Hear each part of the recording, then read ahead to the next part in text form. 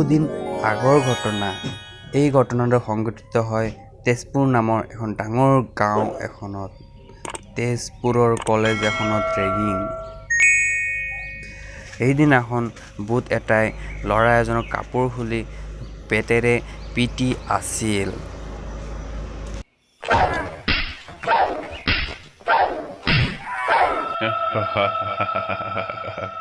তুমি ভাবিছা যে মই তোমাক কিয় মাৰিছো? মই তোমাক কিয়নো মাৰিম এনেকৈ? ইয়াৰ একমাত্ৰ কাৰণ তোমালোকে এক নম্বৰ ফাল্টু মানুহ, আৰু তোমালোকে মোক মোৰ নিচিনা ভাল ল'ৰাক তুমি কেনেকৈ যে মাৰি দিলা, মই তাৰে বদলা ল'বৰ কাৰণে তোমাক মই মাৰি। তুমি ৰাহুল নহয় জানো? তুমি দেখোন মৰি গৈছিলা, তুমি কেনেকৈ জিন্দা আছা? তুমি কি ভাবিছিলা যে তোমালোকে জিন্দা আছা আৰু মই মাত্ৰ মৰি থাকি মই তোমালোকক নেৰো? ইমানতে ল'ৰাজনৰ গলটো ভূতটোৱে কাটি পেলায়। ল'ৰাজনৰ আধা কটা গলটো এনেকৈ এৰি থৈ ভূতটোৱে তাৰ পৰা ওলাই যায়।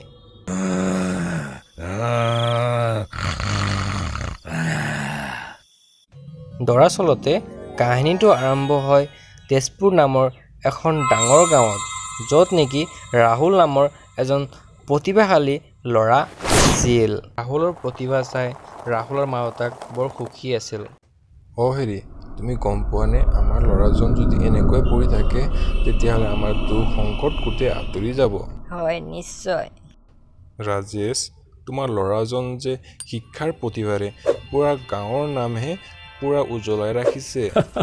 দোস্ত, এইটো আমাৰ সৌভাগ্য যে ৰাহুলৰ নিচিনা ল'ৰা মই পালোঁ, আৰু ৰাহুলে নিজৰ কষ্টত গোটেইবোৰ কৰে। ইমানতে ৰাহুল তাত আহি পৰে।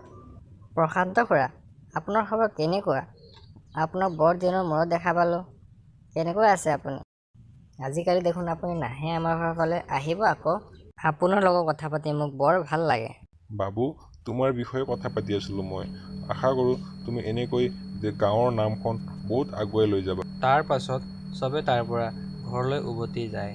কেইদিনমান পাছত যেতিয়া ৰাহুলৰ এডমিশ্যন ওৰাঙৰ ডাঙৰ কলেজত হৈ যায়, ৰাহুলে এদিনাখন কলেজ চাবলৈ আহে, আৰু কলেজটো চাই ৰাহুল বৰ প্ৰভাৱিত হয় আৰু তাক বৰ ভাল লাগে। ৰাহুলে তেতিয়া আশা পালিব ধৰে যে ইমান ধুনীয়া কলেজত মই যদি ভালদৰে পঢ়োঁ তেতিয়াহ'লে মই বহুত আগত যাব পাৰোঁ, আৰু মোৰ মা দেউতাকৰ দুখ সংকট আঁতৰি যাব। এইবোৰ ভাবি ৰাহুল যেতিয়া আগবাঢ়ি আছিল, তেতিয়া আগফালৰ পৰা কেইজনমান ল'ৰা আগবাঢ়ি আহে ৰাহুলৰ সন্মুখলৈ। ল'ৰাকেইজনে ৰাহুলক চাই হাঁহিব ধৰে আৰু ক'বলৈ ধৰে, পাৰ্টনাৰ, বল প্ৰাইভেট মুৰ্গীটোক ৰেগিং কৰিম। মুৰ্গা ইমান দিনৰ ভিতৰত পাইছোঁ, ইয়াক এৰিলে কেনেকৈ হ'ব? ল'ৰা, তই কিহৰ পৰা আহিছ ইয়াত? তোক দেখোন আগত দেখাই পোৱা নাই। আমি প্ৰিমিয়াম ষ্টুডেণ্ট হয় এইটো কলেজৰ। তই কোন? মহাশয়, মোৰ নাম ৰাহুল। মই ইয়াত নতুনকৈ আহিছোঁ কলেজত পঢ়িবলৈ, আৰু মই ইয়াৰ ফাৰ্ষ্ট ইয়াৰৰ ষ্টুডেণ্ট। আমি ইয়াৰ ছিনিয়ৰ হয়। তোৰ কাণৰ লতি ছিঙি পেলাম নহ'লে কথা নামানো। যদি তই আমাৰ কথা নামানো তেতিয়াহ'লে তোৰ ৰক্ষা নহ'ব। আমাক সদায় সন্মান কৰিবি, আমি যি ক'ম সেইটো মানিবি। ইমানতে কলেজৰ প্ৰিন্সিপাল ছাৰ তাত উপস্থিত হয় আৰু ক'বলৈ ধৰে, ননচেন্স, তোমালোকৰ কোনো দায়িত্ব নাই, পঢ়া শুনা নাই, তোমালোকে যে নতুন ছাত্ৰক ৰেগিং কৰিব বিচাৰা। ফুট ইয়াৰ পৰা তহঁতে। ৰাহুল, তোক পিছলৈ নেৰিম কিন্তু, এতিয়াতো গৈ আছোঁ কিন্তু পিছলৈ নাবাচ। ৰাহুল, তোমাক সিহঁতে দম দি আছিল নেকি? তোমাক কিবা দম দিলে মোক ক'বা, কিবা অসুবিধা হ'লে মোক ক'বা।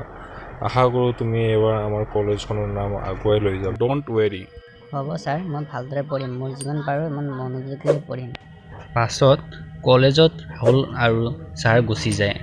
ৰাহুলে এদিনাখন কলেজৰ চিৰিৰ ওচৰত বহি সি ভাবি আছিল যে কলেজখনত আমি অলপ মনোযোগেৰে যদি পঢ়োঁ তো কলেজখনৰ নামটো আগুৱাই যাব। কলেজ হোষ্টেলত ৰাহুলে ৰাতি মনোযোগেৰে পঢ়ি থকা সময়ত ৰাহুলক হোষ্টেল ৰুমৰ দৰজাৰ কোনোবাই মাতি আছিল। ইমান ৰাতি আমাৰ তাত কোনে আহি গৈছে? আমাৰ হোষ্টেলততো ইমান ৰাতি কোনো নাহে। ইমানতে ৰাহুলে দৰজা খুলি দেখা পায় যে ওচৰত ভয়ানক ভয়ানক 4টা ভূত।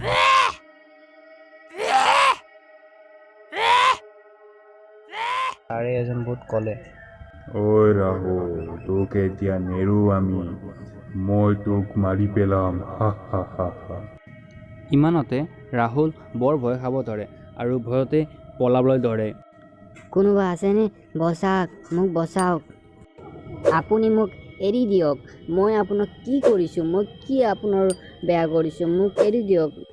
সেই সময়তে বৰষুণ আহি যায় আৰু বৰষুণত সিহঁতৰ মেকআপবোৰ ভাঙি পৰে আৰু ভূতবোৰ নিজৰ ড্ৰেছটো এৰি দিয়ে আৰু হাঁহিবলৈ ধৰে যে আমি তোমালোকৰ প্ৰিমিয়াম ষ্টুডেণ্ট, চাইছ, তই চাইছ, মই এতিয়া ৰেগিং কৰি দিলোঁ, এতিয়া কেনে মজা লাগিল।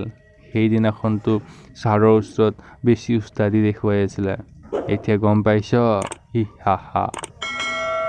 যি কি নহওক, মোক আপোনালোকে এৰি দিয়ক। মই আপোনাৰনো কি কৰিছিলোঁ? কি আপোনাৰ অসুবিধা কৰিছিলোঁ? কিবা বেয়া কামটো কৰা নাই মই।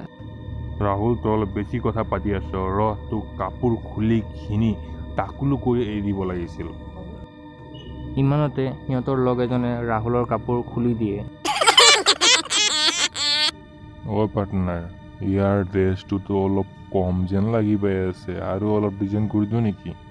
তাক টাকলু কৰি দিব লাগিছিল, তেতিয়া অলপ মজাটো বাঢ়ি গ'ল হয়, তেতিয়াহে ৰেগি যেন লাগিব।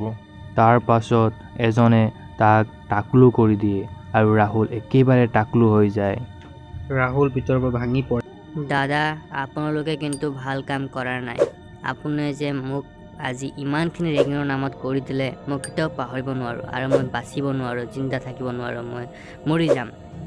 ইমানতে ৰাহুল বিল্ডিঙৰ ওপৰৰ পৰা জঁপিয়াই দিয়ে আৰু মৰি থাকে। এতিয়াতো আমি ফাঁচি যাম, এতিয়া কি কৰোঁ? এতিয়া আমি ধেমালিতে ইমানখিনি আগবাঢ়ি গ'ল যে। তই ভয় নাখা, মই আছোঁ নহয়, আমি আছোঁ, চিন্তা কৰিব নালাগে। ইয়াক ডেড বডিটো আমি জংঘলত পুতি ৰাখিম, চিন্তা কৰিব নালাগে, এইবিলাক লাইট কেছ হয়। পাছত বন্ধু চাৰিজনে ৰাহুলৰ ডেড বডিটো লৈ জংঘলত পুতি থৈ আহে। পিছদিনাখন বন্ধু চাৰিজনে যেতিয়া বাহিৰৰ পৰা ফূৰ্তি কৰি হোষ্টেল ৰুমত সোমাবলৈ আহে, তেতিয়া ৰাহুলৰ ভূত তাত প্ৰকট হৈ যায় আৰু ৰাকেশ নামৰ ল'ৰাজনক লাঠি মাৰি ধৰে। হা হা হা, তই নাবাচ। ইমানতে ৰাহুলৰ ভূতে তাক মাৰি পেলায়। পিছদিনাখন ৰেগিং কৰা বাকী কেইজন লগৰ তিনিজনে কথা ভাবিব ধৰে। তাৰতো আজি ডেথ হ'ল, কেনেকৈ হ'ল গম পোৱা নাই তোমালোকে গম পোৱা যে এনেকুৱা ঘটনা ঘটি আছে, কোনোবা মাৰিলে গমেই নাপালে বোলে। এতিয়াতো ভয়ে লাগি আছে মোকো, এতিয়া কি হ'ব গমেই নাপাওঁ, মইতো ভয় লাগি আছে। চাবা দেই, তোমালোকে অলপ ধ্যান দি থাকিবা। তাৰ পাছত চবে নিজৰ নিজৰ ঘৰলৈ উভতি যায়। পিছদিনাখন ৰমেশে অসাধাৰণ চাউণ্ড শুনি পায়। ইমান ৰাতিপুৱা কোনে বা আহি গৈছে? বাপৰে, ভূত! মই ভূত। তুমিতো মৰি গৈছিলা, তুমি কেনেকৈ বাচি গ'লা?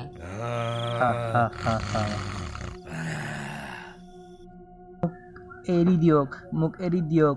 তেতিয়া মই তোৰ ওচৰত হাল্লা কৰি আছোঁ, কান্দি আছিলোঁ, এৰি দিয়া, তেতিয়া এৰিছিলি তহঁতে? তাৰ পাছত ভূতটোৱে ল'ৰাজনক কাপোৰ খুলি দিয়ে আৰু ধাক্কা মাৰি তাক মাৰি পেলায় আৰু তাৰ মৃত্যু হৈ যায়। একেদৰে যেতিয়া 14জন বন্ধু পিছদিনাখন ৰাতি শুই আছিল, তাত ভূতটো দৃশ্যমান হয় আৰু হাঁহিবলৈ ধৰে। তই দেখোন ৰাহুল, তই দেখোন মৰি গৈছিলি, আমি মাৰি দিছোঁ। আৰু ৰেগিং কৰিবি তহঁতে? তিনিজনকতো মাৰি দিলোঁ, তই এটা বাচি আছ। তহঁতকতো একদম নেৰিমেই। তহঁতক যেতিয়ালৈকে নামাৰোঁ, তেতিয়ালৈকে মোৰ আত্মাই শান্তি নাপাব। তহঁতক যেনেকা হ'লেও মই মাৰি পেলাম। প্লিজ ৰাহুল, মোক এৰি দিয়া, প্লিজ ৰাহুল, মোক এৰি দিয়া। সময় ভুল হৈ গ'ল মোৰ। ভুল হৈ গৈছে কৈ আছ? ভুল? তহঁতৰ এই উৎপাতৰ কাৰণে যে মোৰ জীৱন সৰ্বনাশ হৈ গৈছে, সেইটো ক'ত যাব?